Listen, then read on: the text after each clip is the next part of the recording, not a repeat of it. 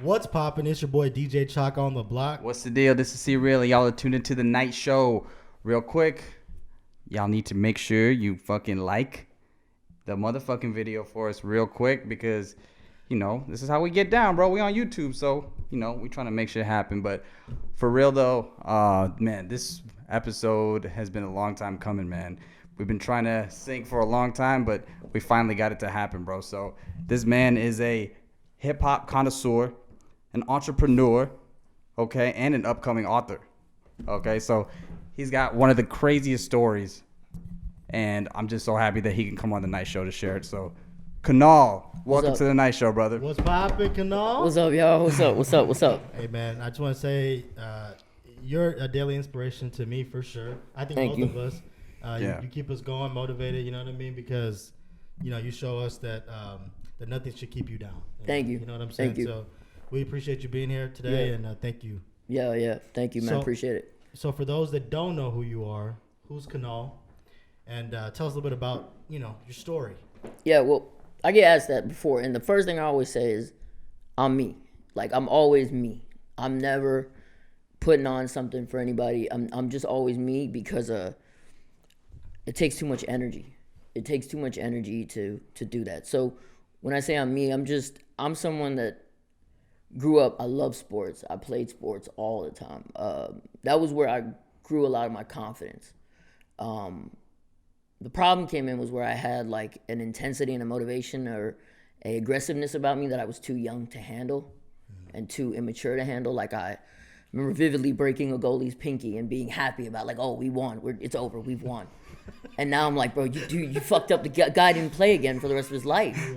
Like, and so shit like that. So I grew up playing sports really heavily. Like I was an outside kid. I didn't stay inside too much.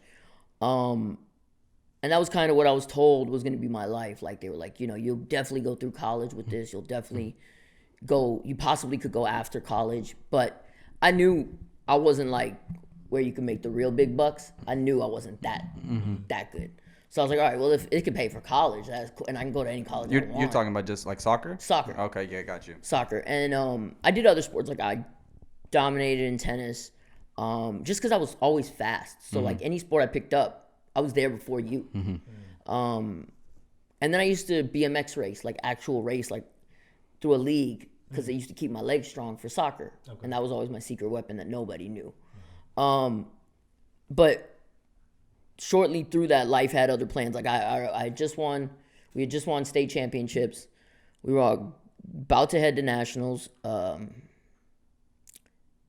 And I was playing 2 years older than me. I was in 5th grade and I was playing with 7th graders. And they were like really upset because I would dominate and when I started seeing that they didn't like me, I was like rubbing it in their face. I was like, all right, I'm gonna fuck with y'all. Yeah. That didn't end well. I got knocked out by one of my teammates, bad. And right after that, I started looking for another team to play with, but then guy was like, no, chill out. So went and made up a lie that I had a stomach ache because I had a mat test. Had a mat test and didn't study. Mom took me to the hospital because my stomach was hurting and my brother had just had an appendicitis. Come to find out I got kidney problems. Oh, wow. And it was all, And you know what's crazy? When I went to go speak to a school, this kid stopped me in the middle of my story. He goes, you ever think that was karma for lying? And I was like, kids say the craziest shit because I never thought of that. Yeah. And I was like, maybe, I don't know. Sometimes it's a kid who'll put things into perspective. Yeah, I'm like, but that's a harsh ass karma for telling a damn lie because I didn't study for a test. Kids are savages. Bro. It was funny. Yeah. But the doctor was like, you'll be fine. Don't worry about it. Like, you just need to take a medicine and you'll be straight. Don't worry about it. And so I was chilling. And how old were you? I was in 5th grade. So how old are you? It's like 11 years old. Yeah. But I couldn't play the same anymore. And, you know, the parents on the team stopped really calling me son. And it's kind of like that racist shit that happens at colleges where, like, the alumni will be cool with, like, all the black athletes on the team because you're winning for them. But as soon as you're not winning for them, you're useless. Mm-hmm. It was kind of that thing. It was like, you're useless now. You're just that person on our team. Wow. And coach stopped, like, taking interest in me, inviting me over to his house and things like that. So I walked away from it and early before the legs got fucked up or whatever. But then I went to tennis, dominated there, was winning tournaments all over the city, going to play different places. And yeah, just continued my life that way, normal childhood. And then, what was it? 8th grade? Yeah, 8th grade. 8th grade, the week of me, like I made the tennis team. So from the 5th grade to the 8th grade, did the kidney problems affect you at all? I mean, not affect me. Did it get worse? From what I'm told now, no. I was young back then, but like from what I was told now by my mom, no. It all happened really quickly in the 8th grade. And I think it was like December of 8th grade, we started to find out things were going downhill.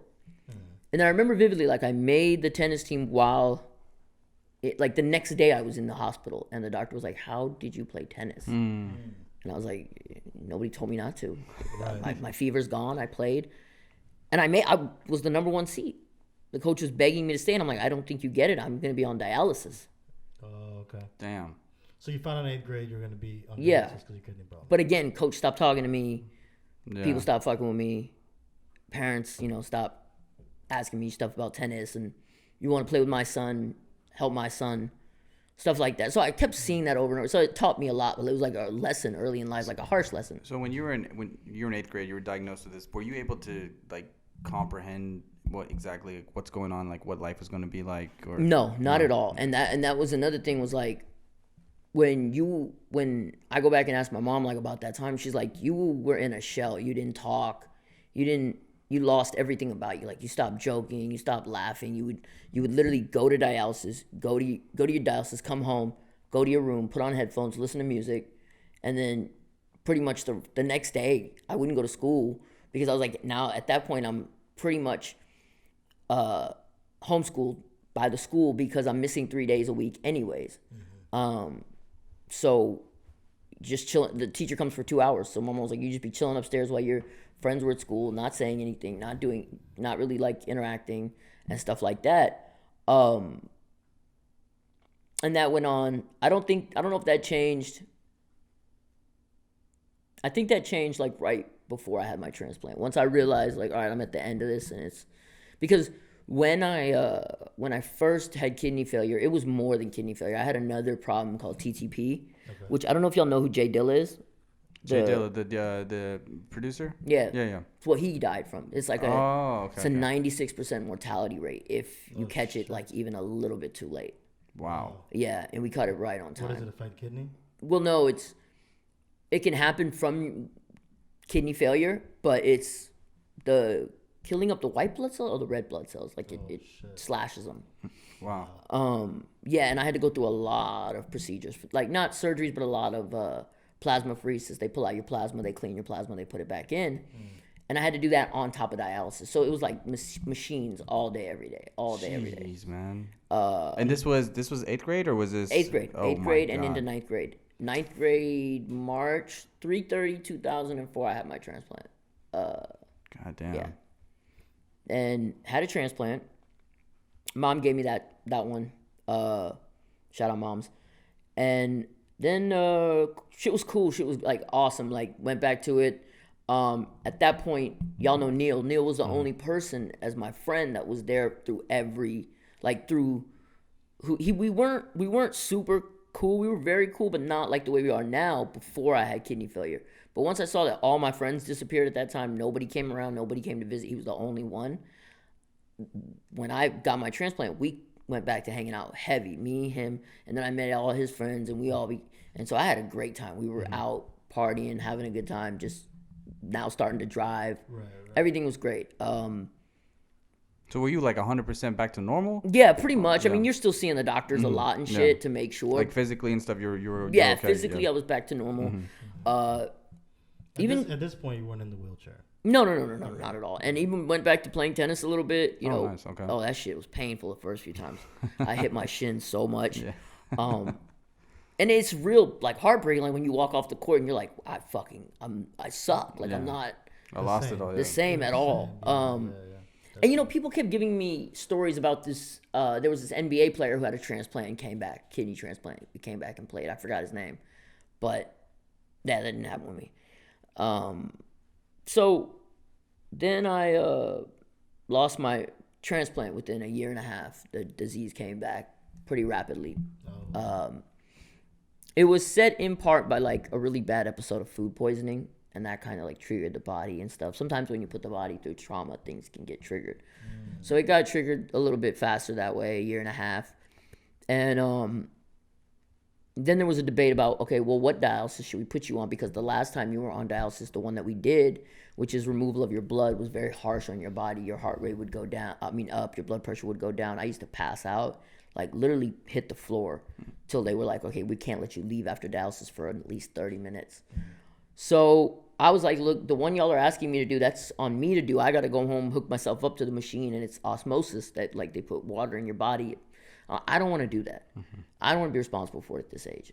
And my mom was like, no, you don't have to go to dialysis. You'll be, be able to do whatever you want all day. It'll be a better life. Like, it'll be just better for you. So I was like, all right, fuck it, whatever. Let's do it. They did a MRI to fit me for whatever gadget I needed or whatever. And they tell me they're going to give me a contrast, gadolinium. Never heard of it. Never thought anything of it. It was like literally... Gadolinium, that sounds like some shit, like some kryptonite shit. Yeah, it's a heavy metal. Yeah. So they gave it to me, and they were like, You said it's a contrast? Yeah. What is that? So it like makes your bones glow when they do like a CT scan or MRI scan. Okay. Yeah. But like, it's literally like, all right, I'm gonna give it to you. Take it now. We're gonna start the procedure. There's no time to like, oh, well, let me check it out. Let me see what it is. Let me find out. Let me talk to some people. So they give it to me. Cool. Go home. Everything's good. So that's in like the middle of the year. So I would say by the summer, I just started having bad burning in my feet, really bad. And I told my mom and shit, and I was like, dude, this is really painful. Like, what the hell's going on? I couldn't walk home from school, nothing. So the doctor's like, I have no idea. Like, what do you mean? I don't know. And so I remember this vividly because one of my friends at Clemens High School was killed, Ashton. They were looking for her body at the time. She had disappeared. Oh, that's the one that was found in the field? Mm-hmm. Yo, that was right behind my house. Yeah, that was a good friend of mine. I lived in Colony Lakes. That was when that... Yeah. Yeah, I saw it through my window. I was watching the whole thing happen. That was my good friend. Oh, wow. That she got murdered by those two guys. By those two guys. And I almost got into a fight with the big dude in school. That is fucking nuts. Yeah, damn, and so they were classmates of hers? Mm-hmm. Wow. Mm-hmm. Yeah, drove her to a ditch and killed her, and he told investigators it was morbid curiosity. I was like, wow. Y'all know what race is doing that dumb shit, but anyways. But no, I'm just playing. But so I couldn't look for her. I was pissed. I couldn't look for her. I couldn't do anything, and I was just watching on the news, and finally the doctor's like, go see a dermatologist. And we're like, what the hell would I see a dermatologist for foot pain? We go to the dermatologist, and she takes one look at me, and she's like, I'll do a biopsy, but I can tell you what you have, and I can tell you why you have it. And it was because of the contrast. And it was called NSF at the time, which is, NFD, nephrogenic fibrosing dermopathy. It got changed to NSF when they realized that it didn't just affect the skin, it affected the whole system. So between then and, so that's like right before August, right? I remember my parents had their anniversary, danced, everything was cool, everything was straight. Legs would burn at night, but it would be fine throughout the day. My last birthday, November 14th, 2000 and something. I turned 18. I remember I turned 18, walked through the mall, got my ears pierced, did all this fun shit. And that was the last birthday, last birthday I walked normally, because December, this pain just struck like no other, like bad, debilitating. I was in the bed, up for weeks on end. No like pain relief. If I would sit, my feet would hurt, and if I would lie down, my knees would hurt. Heat bags until like my skin opened up, and they were like, you got to stop because you're gonna get an infection.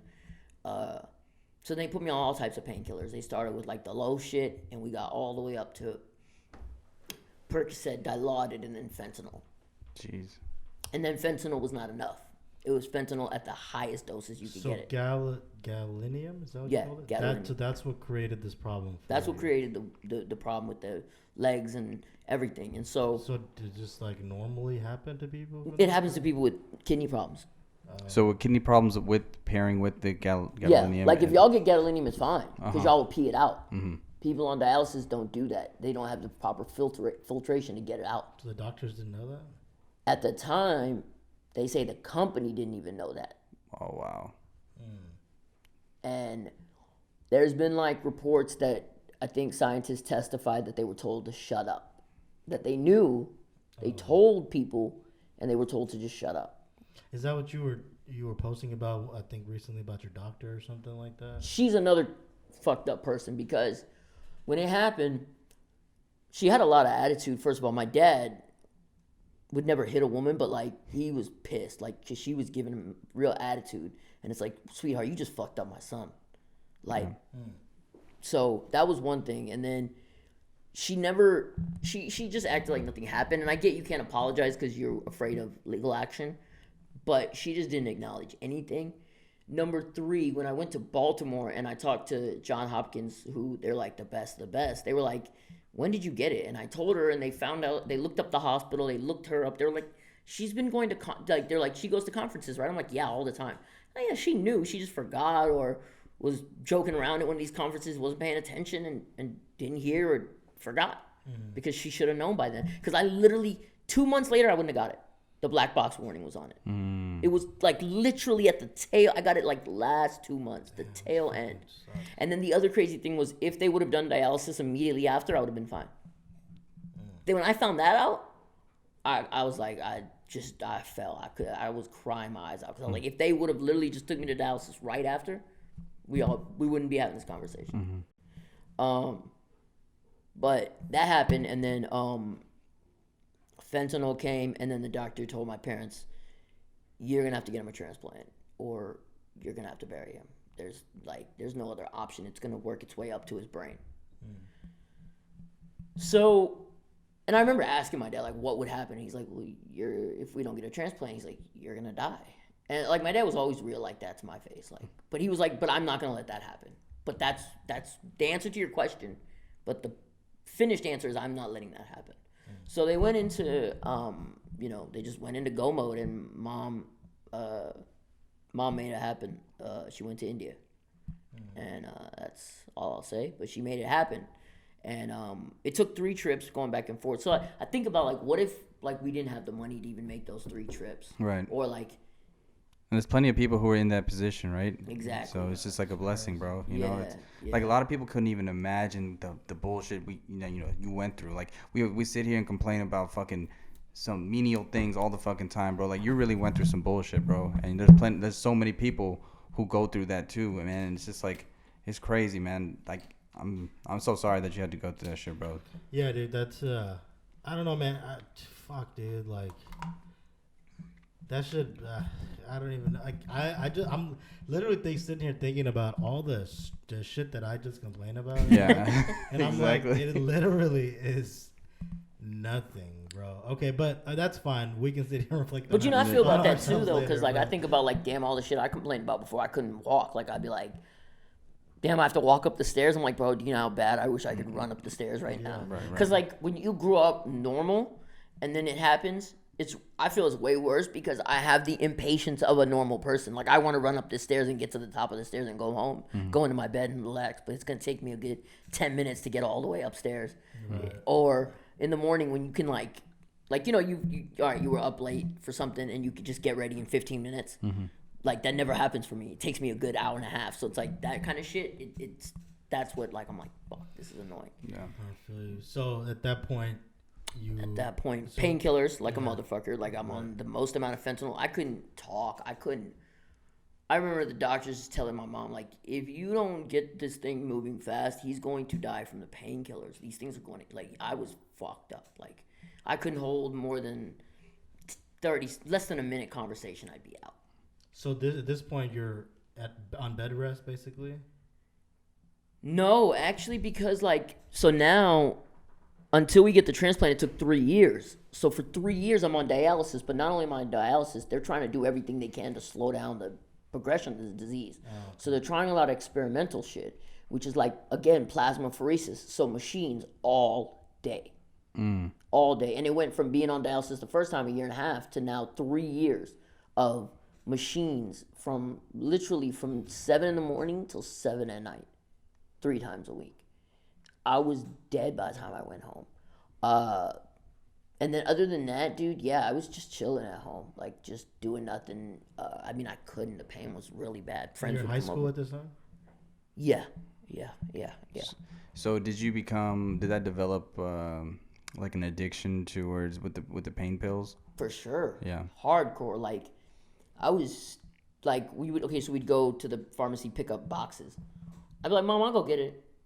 And then I'd come back with 5, and there would be actually 6 boxes. I'd keep the rest in my pocket. Like, oh, I'm going to pop these whenever I want to. Okay. You know what I mean? And, like, and then it got to where, like, people were trying to become friends with me to get drugs off of me and shit. And it was just like a lot of different things besides the addiction. Yeah. I remember, like, you know, Yeah. Okay. Go Michael started dying. Michael Jackson happened, and that's when my dad really got worried, because he was like, you know, we're doing this legal action, and if this happens, and you're addicted to something, and you're still addicted at 35, 40, when I'm no longer, you know, the advice could have stopped at 30, but my dad knows me, like 35, 40, I'm going to still take your advice. But at that point, I can still be like, all right, relax. Okay. This is my money. I'll do what I want. So at this time, you're in the wheelchair by now. No. You're still not in the wheelchair. This is not even this is the worst part. There's a second really bad part that happens after this. So I'm walking with a walker. So we get the transplant. And things get better because I'm able to work out hardcore, eat hardcore, all that. Like, really take it seriously.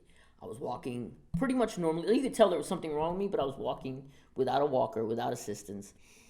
I could walk up the stairs. I even jogged like 5-6 steps. And then, but what would happen was, like, if I would get sick or surgery or whatever, like some medical thing that would put me in the hospital, I would lose what I had built or gained. And so then I would be walking with a walker again. So I remember I was with my parents going to Fuddruckers, get out the car with a walker, slip, fall on the concrete, and hurt like hell. But at this time, I, have a really high pain tolerance, and I'm on fentanyl. So by the next day, the pain's gone. So I didn't think anything was wrong. So I kept, and at this point, the one mistake we made was, we were so tired of, like, hospitals and all that nonsense, and we were having everybody was having such a good time in the family, and things were getting back to normal. We were just like, oh, nothing's wrong. It's not like, you're no more pain, you're fine. Not seeing obvious signs that there's something wrong. That one leg has become shorter than the other leg. Like, there's something wrong. Well, my hip had cracked, and I didn't know. And when the time we found out was like 6 weeks later, it was separated into 2 pieces. Oh, wow. And that was the other bad problem. It was that gadolinium, and then that was the second worst mistake. Was then no doctors in Houston. Oh, that's another thing, by the way. The transplant, the second one, Houston doesn't do that type of transplant. So when people talk about that's why I get really angry. There was a post recently about the Houston medical center system and how it's so fucking great. And I'm like, where? Where? Why won't they do that though? Is that the type 1 that I needed? I was rejecting every kidney you gave me. They had to do certain desensitizations before, and they don't do that in Houston because they don't have as much of a success rate as Baltimore. I mean, Houston's I think it's just the biggest medical center. That doesn't mean. I don't think it's the best. People I think it's the try to biggest say cancer center, right? Yeah. Cancer treatment center. People try to say it's the best. It's not. It's not. Do me a favor. Just Yeah, I got you in a second. But yeah, so it's not the best. But we went to Baltimore for the transplant, for the kidney transplant. And my whole family pulled together. The guy came from India, all that, whatever. But back to the hip breaking. So the hip breaking, nobody wanted to work on me also. They were like, look, you have all this calcification now, because that's what the gadolinium also does. Is it causes all this extra bone to grow, which is what's happened all over, extra bone. They're like, we can't see what we're cutting. If we cut something wrong, you're going to lose your whole leg or whole limb. Fuck, dude. So we're like, what do we do? One guy was like, take your hip out. Just don't have a hip. And I was like, No. Like, yeah, dumbest shit in the world, right? Like, just don't have a hip. I'm like, so have one hip? He's like, yeah. I'm like, so how will I look? You know, I'll be doing this whole up thing like this. But in a way, I'm wondering now to this day, like, were some of them right? Because when I went to Baltimore, they were like, the Baltimore was like, yeah, we could do this, we could do that, we could do this, we could do that. And we were trying to chase something, and it just made it more fucked up. They just fucked up even more. And then that fuck up tried to fix that fuck up, and it was even more fuck up. And then by then, I'm like, all right, look, I'm done. Like, I'm done. Whatever it is now, we fucked up. I'm sitting in a wheelchair for life. I'm done. I'm not chasing this anymore because it's going to get worse and worse. So the hip cracking is what puts you in the wheelchair. Yeah, pretty much. That and the surgeries thereafter, and then how I heal from those and stuff. And then, but I mean, I would have always, it would have been in a wheelchair too, but it would have been it would have been only for like long distances and stuff. Like coming in like a house or something like that, that would have been like, I could have walked with a walker and stuff. But like a mall, no. Or like a movie theater, probably not. Yeah.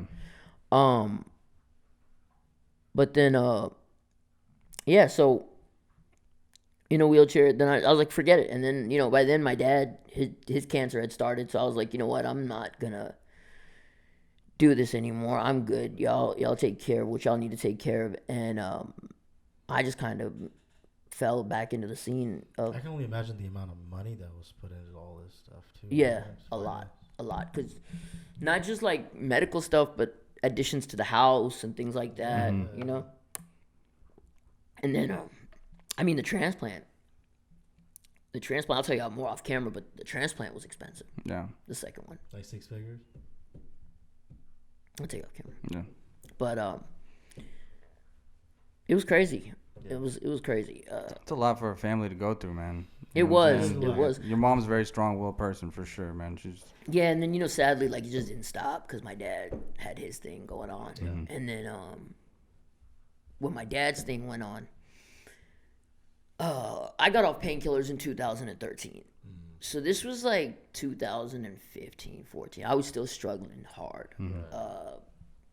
And I got off by myself, no rehab, which the doctor was like, I've never seen someone take fentanyl that high dosage in that for that long and not use rehab. And I was just dedicated. I didn't mind using rehab. My parents straight up told me, they were like, don't feel any type of way. Don't feel like you're a fuck up or you're some type of something. Bro, that's different, bro. You know what I'm saying? Yeah, just get what you need done and get back to life. Yeah.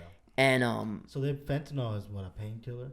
Yeah, it's a strong opiate. It's like 100 times stronger than morphine. Oh my God. And heroin. I mean, yeah, we only hear about fentanyl now because of like everybody overdosing from it. Like, I mean, I guess it's being like mixed in with. Yeah, and that's the thing. Nobody knew what it was when I was taking it in 2008. Like all my friends who like I would tell them I'm a fentanyl, they were like, "What's that?" Yeah. Nobody. It was not talked about. Nobody knew about it. They give it to cancer patients and stuff. Yeah. I had to go see it. I used to go get it from MD Anderson.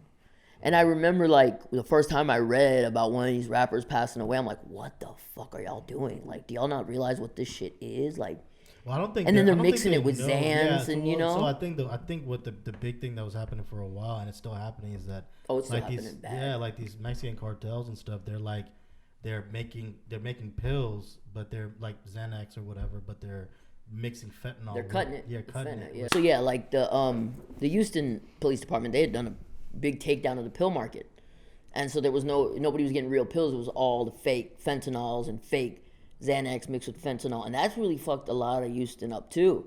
And people were, and I remember that time people were asking me like, dude, do you still have fentanyl? Do you still? And I'm like, no. And I made it like I was so strict about I never gave one out to anybody because I was like, there's a lot number on this. There's this like, there's not too many people at that point taking fentanyl. They connect you to me instantly. I'm fucked. Like I'm done. I'm like I'm not. I didn't get. And I held that as like a point of like pride to me because I'm like people were begging me. I mean, girls. I mean, girls have a lot of peer pressure. Girls, everybody was trying to get it off of me. Jeez. Yeah, like and I was telling my mom, some people like and stuff, and there was one woman's kid that she knew, like an Indian person, and she felt really bad. Like, how do I tell this person that your son is bothering my son about drugs and things like that? And so my parents were worried, dude. Like me and my dad got into plenty of like big fights, like him like, you're an addict, da da da da, and yes, he's wrong in a way, but he's so scared he doesn't know what else to do. I get it now as I get older. At that time, I was really mad. I'm like, how can you not understand? But it's not that he doesn't understand. It's that he's so fucking scared because he used to look at me and be like, you just took a painkiller, didn't you? And I'm like, how the hell do you know that? Yeah. And you could just see it on my face. Instantly, I would just, like, bro, I'll show you pictures on my phone where I'm like, literally, Just like, faded. mouth open, eyes Faded. up, Yeah. fucked. Faded, Fucked. yeah. And I mean, that's just serious. That's like another level, bro. You know what I'm saying? That's not your little Xanax, you know, little quarter bar, half bar you taking. You just like straight up. that shit's tough to get off, bro. I didn't sleep for weeks, for months. Like, I remember my mom, bro. My mom is, like, really the reason I got off. She stayed up with me nights, giving me company, so I wouldn't try to, like, go find some Benadryl or something, you know, to help me sleep. She was like, you have to find a way to get back to your natural sleep place. Did you just like stop cold turkey or? No, I weaned off Yeah. over 8 weeks. Okay. Because I was on 4 doses, 2 weeks per dose, and it was the 4 to 3 easy, 3 to 2 a little bit harder, but still pretty easy because you still have 1 in the morning, 1 in the night. It gets hard when you go to 2 to 1 because then you can only have 1 in the morning or night, and when you go to 1 to 0, that's the killer. That's the tough part because now you have nothing to help you sleep, nothing to help man, and then your pain's ramping up. Not because you have more pain, your body's just has no painkiller. Your sensors are making that pain. So it's rough. And at that time, when my dad got cancer, it had been a year and a half out. I was still struggling. And when he got sick, I started taking Benadryl to sleep. Nobody was around. Mom was at the hospital. And I didn't remember that I was taking it on dialysis too, and I ended up ODing. I remember the morning I woke up. ODing on Benadryl? Yeah. Oh, shit. I woke up and I called my doctor that I was supposed to go see that day, and I'm like, dude, I can't come in. He's like, if you don't come in, you're not my patient anymore because I can't keep writing you prescriptions for any medicines or anything, even your kidney medication. I can't do anything for you. At the same time, I didn't know my grandmother had seen me, and she was worried. She called my mom, and she was like, you need to come home. So she came home, picked me up, and right when we got into the doctor's parking lot, I was like, Mom, call the ambulance. And I just remember passing out in the doctor's office, like in and out, them screaming, Kunal, wake up, wake up, wake up, you know, hitting me and stuff. And then woke up on a respirator, woke up with the feeding tube. My brother was sitting there, and the part that fucks me up, that makes me feel the worst, was that, like, my dad was across the street fighting for his life, and my mom now is dealing with this off to me, which is some dumb shit, some shit that, yeah, I mean, you put too much pressure on yourself, it is what it is, but, like, it's still dumb shit at the end of the day. It's something that you didn't need to happen, and she's back and forth, walking back and forth, not sure by the end of the day. 2 people are going to be gone. 1 person's going to be gone. No people are going to be gone. What's going on? Yeah. That's something that's crazy. That to me was one of, like, the lowest parts of everything. And then from there, it was, you know, deep depression, just a lot of stuff that was messed up. Yeah, because mentally, I mean, and then mentally that could be just fatigue, you know. Yeah, it was. It's a lot. Dude. It was. It's a It lot to was. take in. And then I think pills can just cause like chemical imbalances too, and just make you feel all kinds of different things. And you got all kinds of shit going through your body, right? And affecting your brain, your thoughts. Yeah. And then it's like figuring out, what am I gonna do daily? There's no college. There's no nothing. So it's like you're just kind of in your own thoughts at that point, right? And and all the pills and shit, they're fucking with your head, you know, and that loneliness and that depression. And then my dad, you know, and then there was 3-4 months where he was fighting for his life because he had a reaction to the cancer where it was burning his body from the inside. So my mom was gone. Nobody's home. I'm by myself all day. Nothing to do. Just chilling in my room all day. Vaping, weed, just doing nothing. Like, literally just doing nothing. But just in a sense of like, all right, well, look, I'll just wait it out till I die because I'm going to die. You know, they say I'm going to die earlier than everybody else. So I just wait it out. We'll be straight. And so you just like accepted the fact that, okay, yeah, I'm just probably going to die soon. That's it. Yeah, like, I'll die soon. It won't take that long. Because I had read somewhere that, like, did you ever feel like you wanted to die? Yeah. Like, I was like, what's left? Like, there's nothing I can do. And then, like, you know, what was I gonna say? not only did I want to die, I was thinking that like, all right, well, everybody's busy. My mom's dealing with that shit. I'm not driving anymore at this point. I had stopped driving. What was I driving? I was driving a little bit. Even in the wheelchair? Yeah, I mean, well, I wasn't. At that point, I was. Was I driving? What, were you? I think I was Were you driving. paralyzed? Or? No, I wasn't paralyzed. I was driving a little bit. I could walk with crutches. So I would walk to the car, just okay. drive, Yeah. go drive Oh, yeah, around, you're not. Yeah, you're not. go drive around, go chill with friends. Like, we just sit in the car, stuff like that, and then come home. Or I would get to my friend's house. They would help me with So the chair, whatever. Get out the car and help me. So it's worse now than it was before. No, I just stopped driving because it just Okay. it was just too dangerous for me. I got kind of scared after a while. Right. It's better safe than sorry, bro. You know what I'm Yeah, saying? It's yeah, like yeah. Driving's not that Yeah, tight yeah. anyway. And I mean, I had an SRT8. Oh yeah. That probably wasn't the best car for me to get.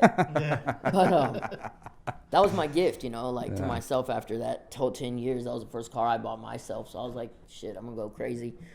But yeah, just went into a really bad depression after that and dealt with that for a while until I was able to snap out of that, luckily. So what did it take for you to get out of there? Like that mental Did darkness. you go to therapy or something? I mean, I tried therapy, but that wasn't what did it. It was a few things. It was like a few things. It was my parents never giving up on me and not letting me accept what I wanted to accept.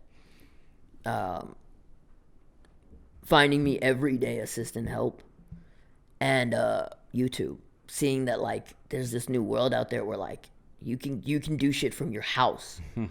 Like you can literally do something from your house. And I was always told I could speak really well. I gave speeches at people's weddings. Like at my brother's wedding, I remember like after I spoke, I couldn't even like enjoy the wedding because everybody was coming up to me like, dude, that was funny as hell. And that was when people told me like, you need to do something with this. Like you need to speak. You need to be using. And I was always good at writing. English was my favorite class. So I started to see, I was like, dude, I want to do, I could build something. I want to do something. Plus, I had the assistants. I was like, I'm paying for it.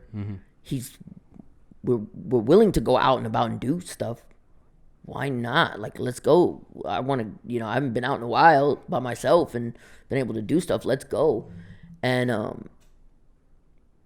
it gave me a new, like, it just changed everything. It changed everything. And then purpose is the biggest part. Like my mom always used to tell me, like, you can't make your sickness your identity. You can't go places and have that be the only thing that you can talk about. It's not gonna be good. And I say it to people like a slice of a pie, right? Imagine your life is a pie. If you already have a life like mine where like so much of it is dark, if that's all your pie is, your life's dark. But now if you are to add a lot of light to that, it changes the whole game. It changes how you feel because now you have, when it's dark, you have something to go to the light to and be in the light and forget about what's going on. So now I'm not constantly thinking about what's going to happen in 10 years. What's going to happen if my dad doesn't make it through cancer? What's going to this? What's going to that? It's like, I'm doing this. I'm too busy to think about all this stuff. I got to figure out this stuff over here. And that's what then, I had already started real estate with my dad, but real estate, the way we were doing it, that was through the Depression. There was nothing really to do. You buy a property, you rent it, you pay the bill, that's it. Like, there's not really much to do. The other properties that I had, we were investors in, so I wasn't really doing anything on that end.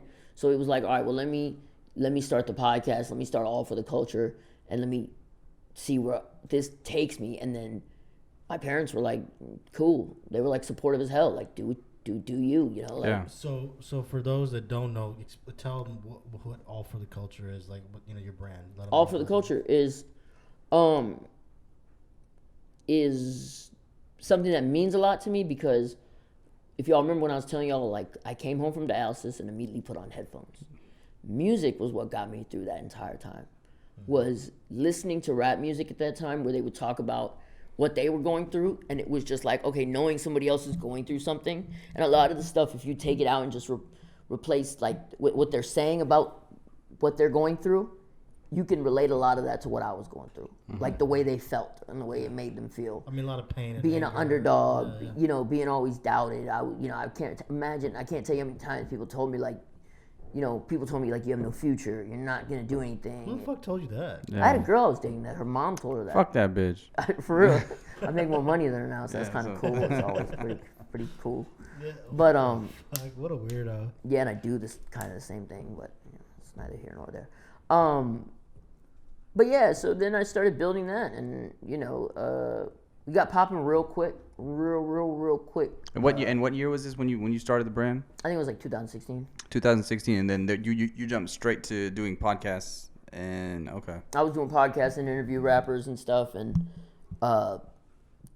going to get a lot of Chicago drill rappers that were underground that were getting a lot of views online. Mm-hmm. So I was able to monetize my channel ASAP. Like within like a month of starting it, I was able to monetize my channel. Okay. And just started going up from there. Built a relationship with Zach TV, Say Cheese. Talked to both of them, and they were like, "Dude, you got to travel. You're like you've already outgrew your city. You got to travel." And I'm like, "Okay, well, my dad is sick as hell at home. Mm-hmm. At that time, like my assistant thing was a little shakier, and I was just like, I'm not sure if I'm ready to travel like that. And then on top of that, you're not making any money from podcasting, so to travel the way I need to travel with a real room and everything, you can't sleep in the car where a lot of people like they'll get a bum ass hotel room, sleep on the floor, sleep at their boy's house. I couldn't do a lot of that shit. Right. Required more. Yeah, so I was like, okay, well, let me rearrange the drawing board and figure this out. So I was like, let me throw concerts. I'll give the artist a bag. I'll get a bag, and I can put an interview in the contract. And I can get to bigger artists quicker because I'm giving them a bag. And that went decently okay. I mean, it worked the way I needed it to, but the third concert is what scared the shit out of me. And I was like, I don't know about this one right now. I'm going to take a step back. We had a Stunner 4 Vegas show. He actually talked about it on Vlad. If you go look up on his Vlad interview, he talks about a Texas show that he did. For those that don't know, Stunner 4 Vegas is one of the baby's, actually the baby's main artist. Yeah, right? the main artist right now. Yeah. We booked him for PV Homecoming. She was packed, 1,700 people. 3 songs into his set, he flings a rubber band. There's a whole more backstory about why we didn't have security. It was bad partners, I would say, and partners trying to save money. So wait, there was no security at that club? No. First of all, we had a big venue. Uh-huh. We lost it because of stuff that the partners did. Okay. Partner thought I was going to pay him money for the field. I was like, no, you messed up. You take that loss, and your mom takes that loss. I'm not paying you for the field. We're going to set up a stage, set up everything, right? We didn't set up the stage. He didn't get the right security because I guess he took the loss on the field. 3 songs in, Stunner 4 Vegas flings a rubber band his headband into the crowd. Someone grabs it. Someone tries to snatch it from him. A fight ensues, and a gun gets pulled, and everybody takes off running. Damn. 3 songs in, 1,700 people deep. Wow. And when we took a step back a few days later, and we started thinking about it, we're like, that could have gone so bad. And my name was on all the contracts, and my company's name was on all the contracts, and I'm not about just making money. I'm about building like a brand name. And I was like, That's bad for business. Bro, not even bad for business, bro. I'm not about it like that. Like I'm not gonna be able to sleep thinking an innocent person got Yeah, it's a killed. lot of liability, bro. Bro, yeah, like I'm not. Man, trying that's to the have thing about nobody like die. concerts, entertainment, and all that stuff. Like it comes with so many moving pieces that it's like it becomes hard to manage the time. There's a lot of risk, bro. You know what I mean? It is. It's a lot of risk for like sometimes like little reward. You know what I mean? There's a big mean, you reward. can make It money depends. for It sure. depends on what artist you're getting. If you're getting a big time artist, Yeah. you're gonna make a grip. Oh Definitely. But you But- gotta put up bread too, though. You got to put up bread, but also, people got that shit on lock, and you might say, okay, well, I'll include them. They're gonna fuck you. They're gonna not give you the money. Like they're gonna fuck you. Yeah, I mean, you hear so many of these promoters, janky promoters, right, that always come and fuck over plenty of artists all the time. Like, this shit's a shady ass business, bro. It You know what I'm happens. saying? Yeah. It happens. You really And gotta being know in your a shit. wheelchair, people just assume like, all right, we're gonna take him and we're gonna do it. So No, absolutely. No, dude, fucking it happened to the baby in Florida. You know what I'm saying? Yeah. Two promoters tried to literally to the baby try to rob him of his money. You know what I'm saying? So it was like that happened to an artist, and he got to they fucking fucked that dude up. And like I'll tell you what happens. He went to jail for it. I'll tell you what happens. One dude tells me they would tell me all the time. They're like, I'll be like, all right, so you got to pay an artist $10,000 total, 5 up front, 5 on the back end. They'd be like, yeah, we just need the 5. I'm like, what about the 5 on the back end? We'll get that from the show. What if you don't make that? What if you take a loss? Mm-hmm. You need to have the full. This is something my dad taught me early on with any investment. You got to have all the bread up front, or fuck it, don't do it. Yeah.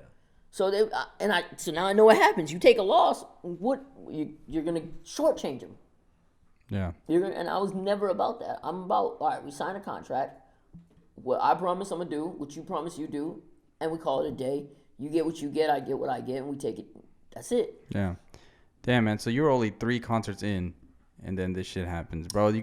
So do you think back like, damn, like, if this shit wouldn't have happened, we would probably been rocking more concerts and. No, yeah. I probably still would have stepped away because I needed something. I wanted something more stable or more real, more less about having having to kill what you eat every single concert, every single night. I'll get back to it. I think I'm sure I will. Mm-hmm. We have plans to, but I wanted to go get something more lucrative. That's not lucrative. It's something where you're just more safe, safe for not even just like risk wise. I'm talking about safe as in like you can just kind of chill and have the money just come to you, right? Yeah, exactly. Set them up and then you're good. And then you can maybe put in money towards these passion projects. Exactly. I was trying to increase my income so that I could then invest more into these things and have more money. It's easier to take some L's at that point or put some more bread up and shit. Exactly. Because my expenses are higher than normals. Like if I didn't have to have an assistant, like. Put it this way, if like tomorrow after this whole suit happened or whatever, and I was able to get my legs back completely, but I'd be loaded within a few years. Like I'd be loaded, like because my expenses are higher because I have to pay an assistant every day, all day. So that's that. I had to increase income. I had like people talk about like you chase your passion, you chase your dream. That's a privilege. Like, that's a privilege to be able to do that. Some people don't get that. People talk about it like it's just like, oh, yeah, you can do it all. It's not like some people don't have that privilege to be able to chase the dream. I used to say that all the time, and then, people like him and, other people around me, kind of shed that light on me, too, that, it's a privilege. It is. To be able to do that. It is. It's not for everybody, and everybody can't do it. And now that I look at it like that, I'm blessed to be able to actually do some of the things that I do because it's a privilege. Yeah, it is. Versus everybody doesn't have that opportunity or the options. Yeah. Some people just gotta go fucking work at Walgreens or McDonald's and just make that shit work. You know what I mean? For real. Yeah. It's everybody doesn't have the opportunities that we have, and we're blessed. You know what I mean? For real. And even in your situation, with your health problems and stuff, I feel like you're blessed to have 2 probably working parents. I'm assuming. You know what I mean? At the time, you know what I mean, to be able to just provide for you, and because I can only imagine what somebody that's in poverty or something would have. Bro, I used to see it because in dialysis affects. Dialysis affects the Latino and the Black community the most, right? And you see it every day. Like I tell you, I started dialysis in 2003 with 8 kids. 6 of them are dead. Damn. 2 are alive. Me and 1 other person. Yeah. Is it a coincidence that both of us are better well off than the other ones financially? Mm-hmm. Is that a coincidence? Insurance doesn't play a part in this in a big picture. Oh, it does. It does, but you have to have it, right? Good you have to have good insurance. Yeah, you have to have good insurance. Healthcare system's so fucked, man. It's called healthcare. They don't care about your health. They care about your money. I say that all the time when I talk about healthcare. It's called healthcare. They don't care about your health. They care about your money and how much. It's a business. It's a business, and so you believe that these COVID numbers are being fucking jacked because they're making money off of it? You know what? I don't know what to believe about COVID. I really don't. I spoke against the vaccine and they banned me on TikTok, or they shadow banned me on TikTok. Oh, for real? Really? Yeah. I did a video and it went viral on TikTok. It almost got 1 million views, and my shit went right after. Damn. Because I didn't even tell people not to take it because I got it. I told them, think and figure it out and do your own research. Don't listen to anybody, because if something goes wrong, you're going to want it to be on you. You're going to want it to be that it was your decision. Yeah. That was kind of my main message. In Maybe your it didn't case, get. you kind of just are just protecting yourself at all. Yeah. You're more vulnerable, right? Yeah, to that catching and my, things. I didn't talk. Now my doctor's my cousin, and he's like an older brother. He lived with us when he came here from India for many years. He's an older brother. He's taken on that older brother responsibility after my dad died. He's that. So he told me he said, no, you'll be all right. And then my other cousin, who was the one who found me the kidney doctor to save my life, and she's saved my life multiple times by finding me these types of people. She was like, I've read the research for you, in fact, just for you, because I knew you were coming to ask me. Mm-hmm. You're good. Yeah. So I was like, all right. So you felt safe taking it? Yeah. I was like, all right, I'm going to go ahead. Because then you'd ask TikTok if they can unshadow ban you now. Yeah, I know, right? Like, I should make one saying I did get it right. Yeah. For sure. I mean, a lot of people have, like, mixed feelings about it. I mean, I'm still, like, I took it. Yeah. I don't even know what the fuck. I don't know, bro, but, like. I'm not taking any more. If they say you need another one in a year or anything like that, I'm not doing that. Pfizer came out and said that you have to take a third one now. I'm not doing that. What the fuck? I'm not doing that. What does that even mean? I mean, I guess it's normal because you like flu vaccine. You got to take it annually, right? Yeah, I think the hype will die down and all that. I'm that's it. Yeah, that's it. I'm done. I did it so I could travel. Right now, I need to get a vacation. Right. I feel you. Shit, we all do. You know what I'm saying? No, for sure. I think a lot of people are feeling that way at this point. They're like trying to. Yeah. I mean, now everything's back to normal in Texas, at least, and people are just fucking doing whatever they want. So. For real. Clubs are popping, bars are popping. Oh my god, clubs have been popping. Yeah, clubs didn't shut down, dog, at all. Really, it's sad. No, clubs didn't shut down at all. But so. But you've had, I know you've been around artists. You've had experiences with artists, interactions. I mean, what's some advice you would give to artists that are up and coming? Like, what would you say to the artists that are, that you've seen just from experiences, like just the negative shit and the bad shit? Like, because always, people always have, like you said, like that, follow your dreams, follow your passion. But obviously there's like, the opposite side of that too, right? Which is what goes wrong, Yeah. Which happens more often than others. Well, you got to get your lives. Money is made on the road, first of all.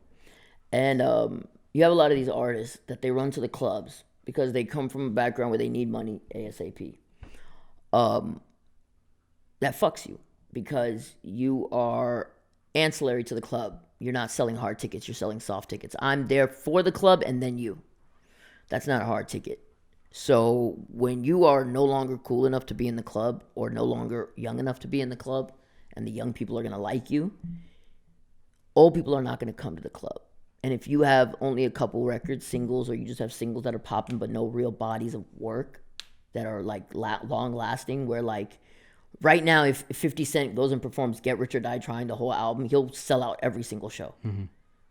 Because that album meant a lot to a lot of people for a long time at that one time. One of the greatest albums ever. So that's like... That is one problem that it's kind of like a give and take because you need money right away, but you're screwing yourself in the long run. Right. So unless you're finding ways to invest that quickly and into something that can keep your lifestyle the same, it's a problem. But the number one thing I tell artists to do is I just spoke about a body of work, but if you're upcoming, I tell them not to worry about that. Put out. It's a reverse, right? It's a put out good bodies of work once people know you. Before people know you, just put out records. Fuck an album. Yeah. I'm not listening to an album of somebody I don't know. I don't have enough time, and things are moving too fast nowadays. Put out records. Put out records constantly, every week. Every week, every 2 weeks, get a schedule. I'm dropping like how these YouTubers drop videos every week. Keep it a schedule. Every Monday, I'm dropping a new record. Every Tuesday, I'm dropping a video for it. Mm-hmm. And then every Wednesday, I'm dropping the snippet to the next record. Yeah, there's a whole formula behind the whole entire thing. I mean, it's all about consistency, man. That's all it is, staying in their face. Yeah. Every time I scroll, I should be like, that's how Fashion Nova did it. Fashion Nova, when you would scroll, you'd see them all the time because they posted every 30 minutes. Every 30 minutes. So anytime you scrolled, you saw Fashion Nova. That's true, because I remember when Fashion Nova was not what it is today. Because I used to see it just like I never thought about that. No, because when I was researching about businesses and stuff like that, I was looking at I read their models and what they did, and it was like that's what they. Because you just saw them more and more and more. They went to all the influencers and they just posted every 30 minutes. Yeah, but I wonder, is there any money backing that brand? I don't know. Like, there is. Now, I'm sure. There was at the time, I believe. I'm sure, man. There has to be. I mean, their growth is. I don't know if it's all just organic. There's got to be money involved. Yeah. I mean, There's but no they way. did have like nice clothes. I mean, like I don't know stylish anything clothes. nice about Fashion Nova. No. I mean, I'm not saying it's like high quality Balenciaga Yeah. material. I'm saying that, but it's like what is that? Zara, right? I mean, Zara. Just the fast fashion. Yeah, it's just a poor man's Balenciaga, right? Like everything is just like It's stylish. It's stylish, stylish. but it's not got stylish, but it's not yeah, expensive. It's not expensive, and the material is not good, right? Yeah. It's cheaply made. You know what I mean? Yeah. So it's like Fashion Nova was kind of similar, but they just figured out a way to make it work. You know? They did, and they just got the influencers behind it, which is the Yeah. main thing. Oh yeah, exactly. Yeah. Zara's you- dope, main by thing- the way. I fuck with Zara, but I love Zara. you know what I'm saying? But I mean, everybody can't fucking afford Balenciaga and shit. You know what I mean? So it's not the same. But I mean, they pretty much mimic some of the. Yeah, they figured it out, dude. It's the Yeah. Instagram. It's getting the influencers. It's getting the people with attention to post about you, Right. and to that's the way Beats did it. You know, it's like that's the same thing. You just Yeah. people that mean something to the culture or people that mean something to internet culture, just get them to promote your product. Yeah. You know, Speaking on culture, right? So, you're in the hip hop scene, and obviously, you're a brown dude, right? Yeah. So, like, you ever deal with any pushback or any people coming at you just because of the color of your skin or just because you're a little different? I love it when they do because I have receipts of like what I've done and how I am with it, and so then when they learn that, they're quick to be like, oh, okay, he'll toe that line. He's not that. He'll ride with us when need be. And what I mean by what I've done is I speak at schools. Before COVID, I did a 10 school run. And not one was in my, like, I didn't speak to one of the schools that I went to ever because they don't need it. They're not underdogs.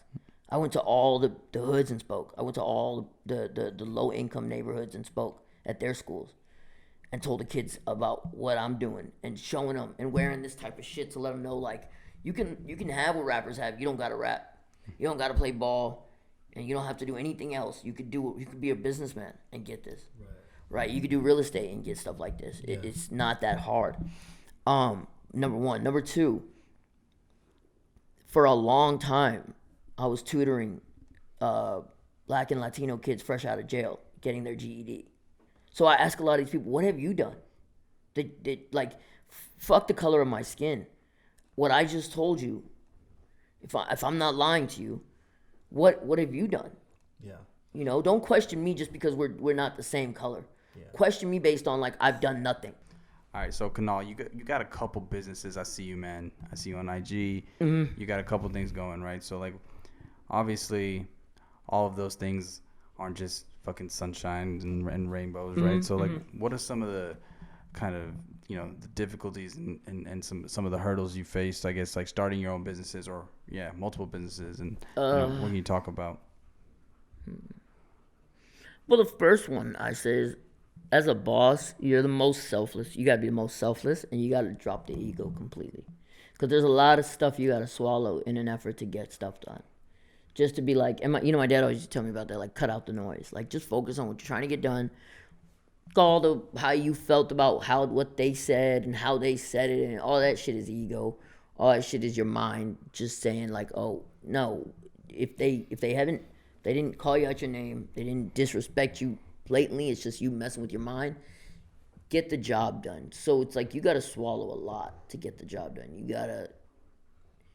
got to be selfless. You got to worry about everybody else before you're worrying about yourself.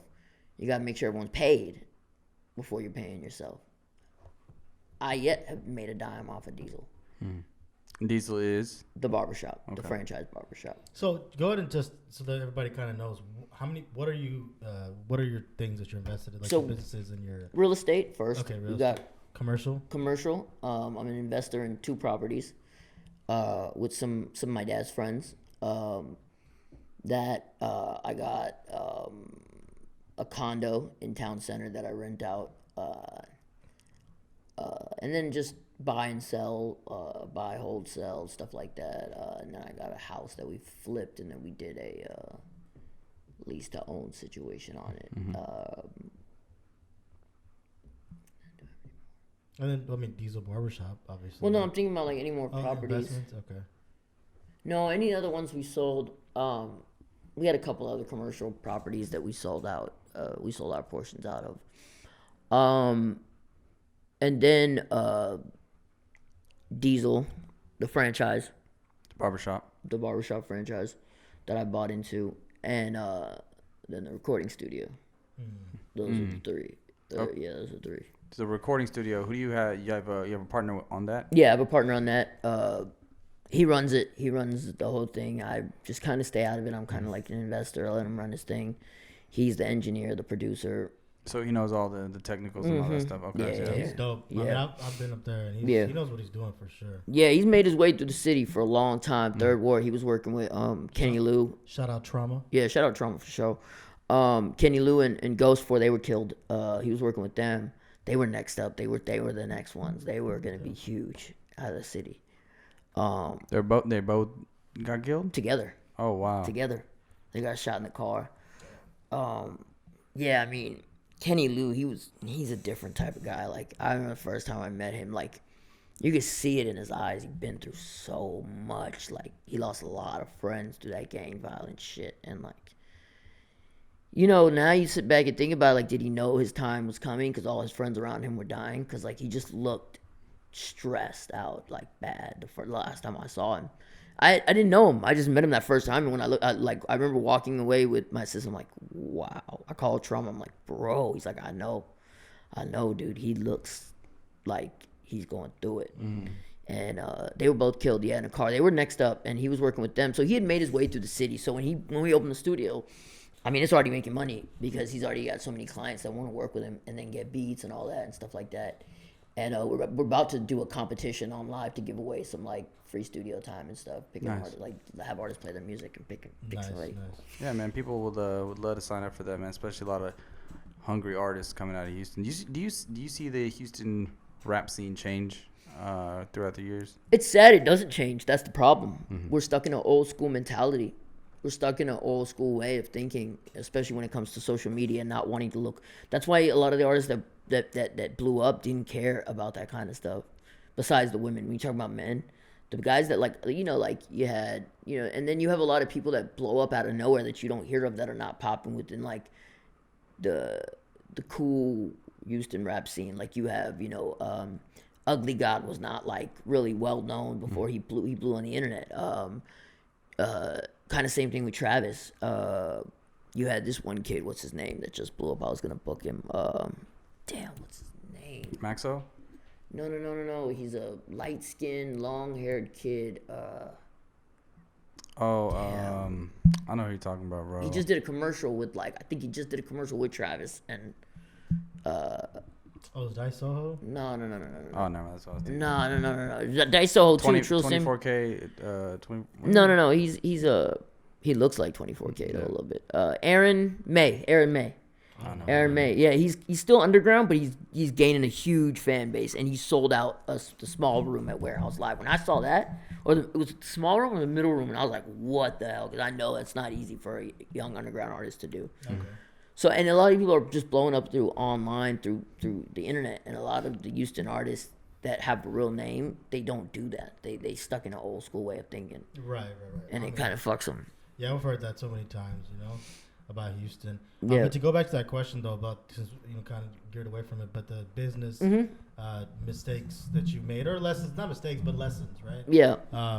You told us about what your dad told you. Is anything else that you learned?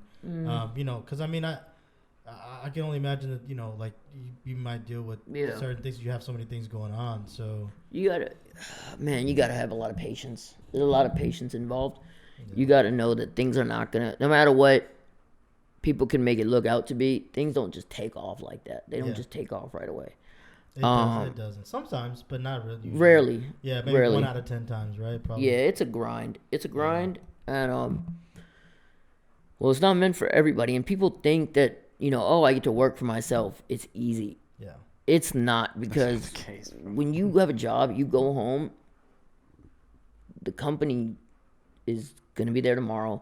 You're going to go to work. You don't got to think necessarily about you don't got to think about the business being profitable when you get home. You can kind of relax, chill with family, chill with your friends. Security. Relax. With a business, it never stops. Even when you're chilling, like you're thinking about like shit. Mm-hmm. Yeah. What's going on? Is there something wrong? What can I do? Why is this not working? Why is this not working? Let me not forget to order that. Let me not forget to get this. Let me not forget to do that. Because you're wearing a lot of different hats. Yeah. Yeah. Yeah. And then on top of that, like, it's a lot harder for me, I'm gonna be honest with you, just because everything I go through. There's a lot of days I'm like, I don't want to get up, or there's times where my blood levels are low. I'm tired trying to get up out of bed. And to kick myself in the butt some days is a lot harder than others. But I'm someone, it's hard for me to take a day off. Yeah. It's hard. So. Yeah, you're always on go mode though. You know what I'm saying? Like I can feel that, and I know you to an extent, right? So like we can already tell, like, that's just not in your personality to just kind of just sit back and just chill, bro. I watch your TikTok videos sometimes just to motivate myself. Yeah. You know what I'm saying? Because I'm like, dude, I gotta keep going. What's your TikTok handle for those who don't know? Same thing. Oh, okay. Same thing. You got some followers on there. Yeah, I got like 80,000. But I'm about to maybe start a new one and see if I can build it back up so that I'm not banned. Because I'm even banned on going on live too. Oh wow. On live on TikTok. There's a live on TikTok. I'm banned. Oh wow. Yeah, that would have built my stuff up a lot higher. I would have been able to build it up quicker. Yeah, that's crazy. But I'm banned on that too. Because when you do the paid thing on TikTok, they start cutting down your views so you don't get paid like that. It's whack.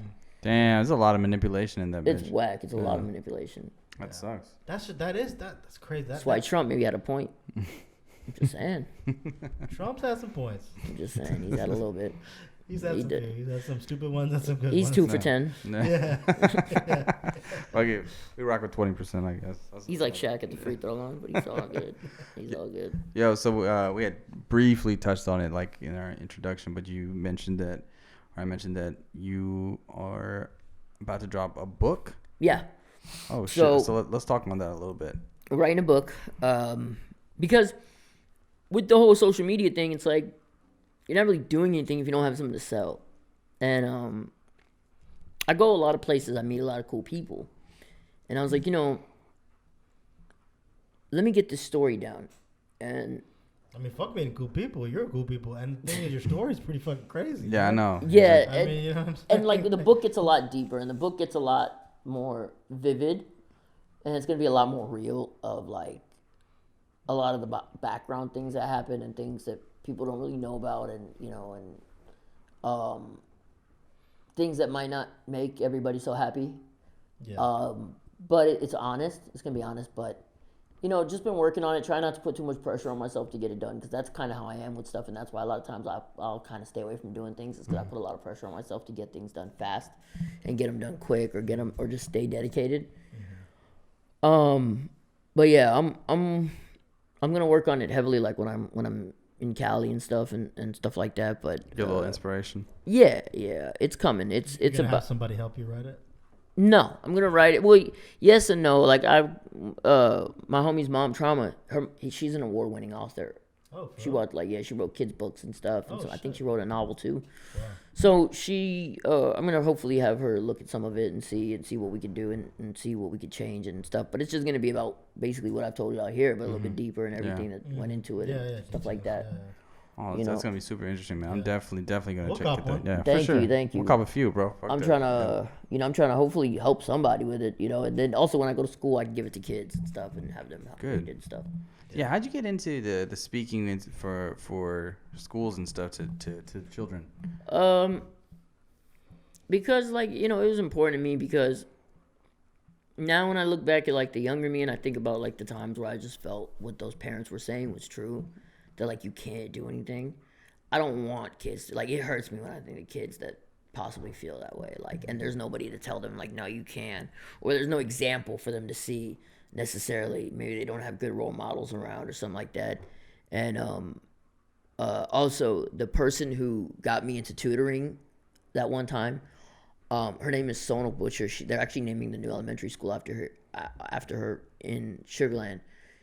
She worked at the school board, and she is like a second mom to me. She grew up with me all my life, and so she was my physical therapist at one point.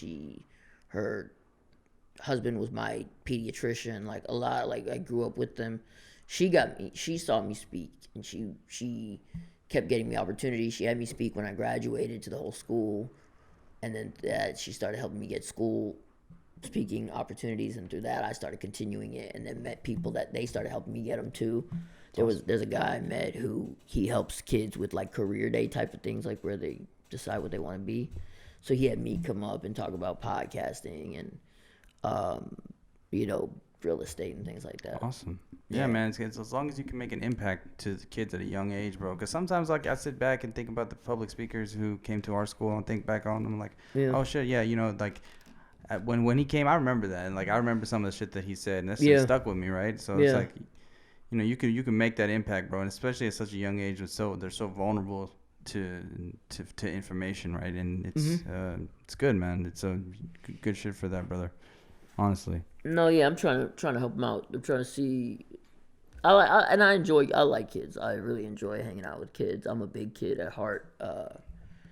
Yeah, definitely. Yeah, trying to take myself too seriously. So maybe it's like a healing mechanism too, right? It's kind of like how I don't know. Maybe it's like makes you feel like you talk about depression, right? So I mean, you have to do things that make you feel like you're being utilized properly too. Yeah, you know what I'm saying?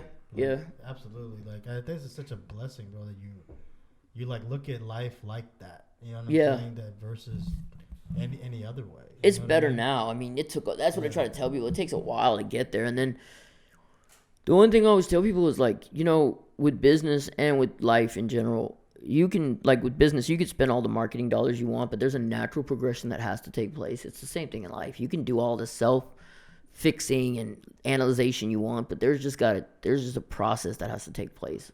All right. So what you got going on in the future, man? So plans for all for the culture, for your businesses. What's the 5-year plan looking like? Man, shit, if I had it my way, be in LA. Yeah? Be in LA with a record label. With All for the Culture being a record label, with us having maybe an artist or two out of Houston that we picked up, or even on the internet that we picked up. For All for the Culture, for Diesel, having a bunch of them, all over. That's a good barbershop, by the way, man. If y'all are in the Mo City area, make sure to check them out. They're in the Riverstone area, man. Yeah. Sugarland, Mo City, Sienna, Fresno, about 15 minutes away from all those places. So it's a quick little drive.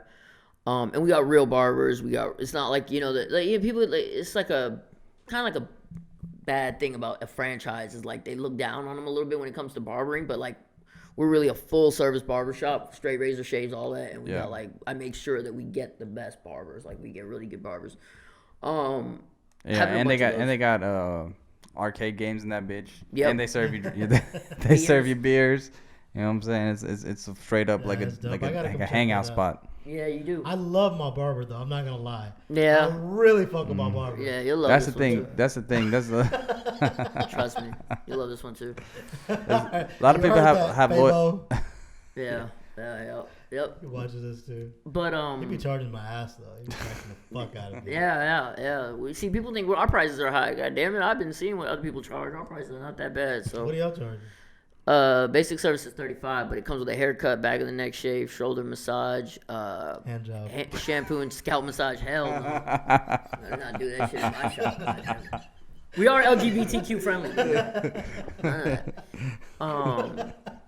But yeah, that's what it looks like. Yeah, that's not bad. 35 is pretty normal, man. People pay that now. Yeah. I mean, Barbers treat themselves as an artist. I pay $50 a haircut. Yeah. But I only get a haircut once a month though. Oh, okay. Yeah, so I don't really, you know what I mean. So my hair is running away on its own. So. Oh, okay. I get. I do it all the time. Now that I have a shop, I know shit. Be like, hey, you know what? Just give me a cut real quick. Yeah, my mom said that. She goes, "Oh, now that you have a shop, you're just always gonna have your haircut." I'm like, yeah. What the fuck? Yeah. Why would I not? That's the point. That's the point, dude. Of course. Yeah. Why not? Yeah. But the main thing, honestly, like for real, above all, is to get to LA. I want to go to. I want to leave Houston. Go to LA. Why? Be back and forth. Why, you just like the culture there? I love it. I just love. I love. First of all, I'm a sunny weather guy. If it's sunny, I'm in a way better mood. Well, shit, you spent all your summers in Houston. It's sunny as fuck. Well, no, there's a lot of rain and shit. I mean, we went to fucking LA in like February. I didn't see a cloud for 4 days. Oh yeah, it rains about once every quarter. Like that's awesome. I love that. Cost Like, of living there is so expensive. It is. That's why I be back and forth. I'd have all my Yeah, yeah. shit set up in Houston, Yeah. Texas, and Yeah. stuff for taxes and stuff. I But know like, you like the dispensaries. yeah, yeah. So, but I would love to live in LA. That shit's coming here though. Anyway, bro. That's something. It's If that coming. happens in the next 5 years, that'll definitely see something you see me involved with is Yeah. having a dispensary. I don't want to do grow. It's me too much. I've been saying this for a long. I'm ready, bro. Like Yeah, I wanna do have retail. people that I'm just they're ready to like. I'm ready to take loans and shit. I don't give a fuck. Like Yeah. that's something that's gotta. You know what I mean? It's No, I gonna want to do it. I want to take it to the Montrose area, have a dope vibe. Also do the It's same gonna be thing liquor stores on crack. with That's what it's gonna be. same thing with the barbershop. Walk in, get a free drink while you shop. You know what I mean? Have some arcade games and stuff. Make it lit as fuck and make it cool as fuck. And then see what Texas rules are for like a lounge too in the back to smoke. Do they have that in Cali? I think a couple places do, but you gotta have a certain licensing and stuff. So that's why I don't think Texas will have it right away. You 'cause, probably know, gotta be Texas part is of strict as fuck. Yeah, Texas that's gonna be is gonna shit. We're gonna be the last ones to get a fucking lounge. Yeah. Shit, you can smoke in the clubs anyway right now. So Yeah. But like they're gonna do it. It's just gonna take time. But I think like you once just like LA. Like I you just love the just vibe. yeah, you just like the vibe, and just you want to love the spend vibe. a lot of your life there. Yeah, like, you know I what would I'm love saying? to, yeah. I don't blame you. LA is dope. LA You is know what I'm sick. saying? LA is dope. It's A lot of amazing. traffic. You know what I'm saying? A Yeah. little busy, grimy as fuck. You But know I what want I'm to go saying? there if I can like if I'm I couldn't live there personally. I if wouldn't. I'm involved in the music industry. Like I don't want to be out there just to be out there. I want to be out there with artists, making it happen, things like that. Because one thing that we're trying to do with All for the Culture is really make it all for the culture of like doing what Nipsey did, to where once I sign an artist, I can now show you where to put your money in real estate and how to do it A to Z. I know how to set it up. Franchising. You don't gotta. That's what Ross is doing. Yeah. By the way Ross bought his mansion is from that. It's from a lot of that. It's from a lot of the other businesses he has. I can show you how to set it up A to Lemon Z. pepper. Done. It'll be done. You'll be running. You get money every month. The stocks and the cryptos and all that. I can show you how to get it done A to Z. Done. I have my people in place that can help you set it up. I have the connections in place that can help you get to So it. you want some Dame shit? And other businesses. Yes, I am Make trying everybody a superstar. to. Rich. Fuck a superstar. Because superstars don't last forever. I want you to be rich. Yeah, that's what I'm. Yeah. If Jay-Z had not Wealthy, set up wealthy. anything else, he'd been fucked by now. Music wouldn't have gone on that long. Yeah. The music continued because of everything else he was doing. Yeah. 444 was like, all right, motherfuckers, I've learned all this shit in business. Now I'm going to teach it to you in the way that I know how to teach. So it's like, I really want to, that's what me and Trauma's goal is with All for the Culture at the end of the day, is when we sign artists to really show them how to get this real money. Yeah. there you go. That's dope, bro. Awesome, That's brother. dope. Awesome. So on that note, we're gonna wrap this up with the fast 5. 5 questions, rapid fire. First thing that Okay. comes to your mind. All right. Favorite rapper? Polo G. Right now or ever? We could do both. Okay, right now, Polo G, Kid Leroy. And ever, Lil Mama. T.I. It's a little more. Off the top of my head, T.I. I would Okay. have to say T.I. Okay. Biggest influence? Or Biggie. Biggest influence. My parents. Okay. Favorite Houston restaurant?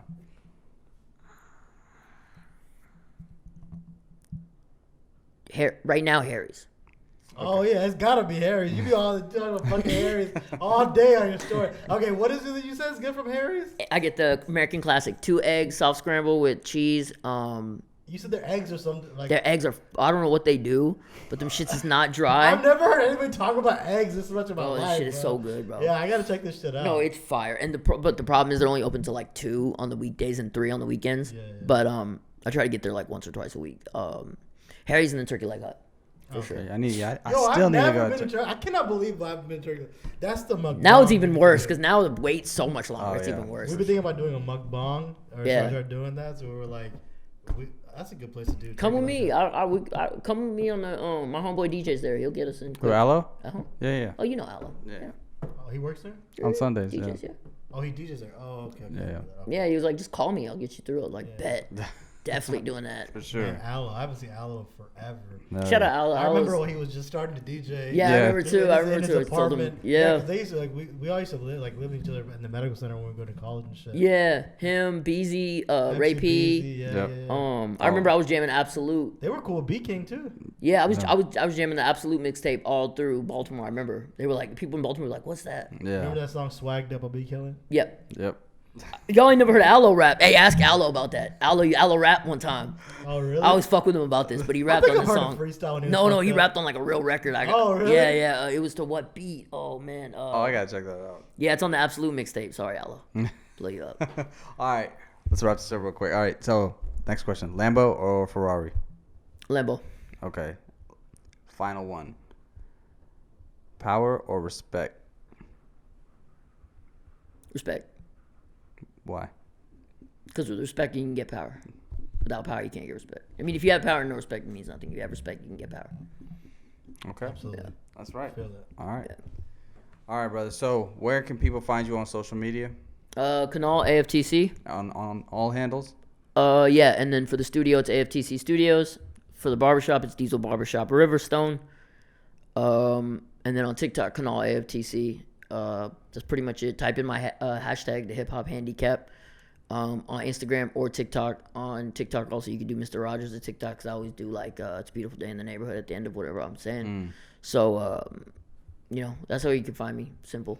Absolutely. And everybody watching, if you're not supporting him after this interview, if you're not fucking subscribing, Please clicking support like, me. following, and all you motherfuckers that follow all these fucking celebrities you don't even know, you got to know this dude. So I need y'all to go support Thanks, Kunal man. Yeah, and man. his movement, Thanks. everything he's doing, his Thanks. barbershop, his pages, social media, all that. Like, come on, man. Like, For real, this is the real hustle. You know what I'm saying? Like, this is really, really, really hustling. So Thank you, man. I really got to go show Thank him you. some love and support him. I'm gonna come back, bring y'all some books when they're out. Oh, for Absolutely. sure, man. Come Hell back. yeah, Definitely. definitely, man. For You know, sure. this was so motivational, bro. You Yeah. know what I'm saying? Like, honestly, like the fact that you were able to just tell your story, bro, and it was just so open, and Yeah. you know, we just had a real conversation, and this was so long in the making, man. And I'm happy, bro. And I thank you, man. I Thank really you. appreciate it. Appreciate it, man. absolutely. Thank y'all so much for having me. Thank man. you, bro. Appreciate it. On that note, it's your boy DJ Chalk on the block. It's your boy C Real, and we out. Peace. Peace.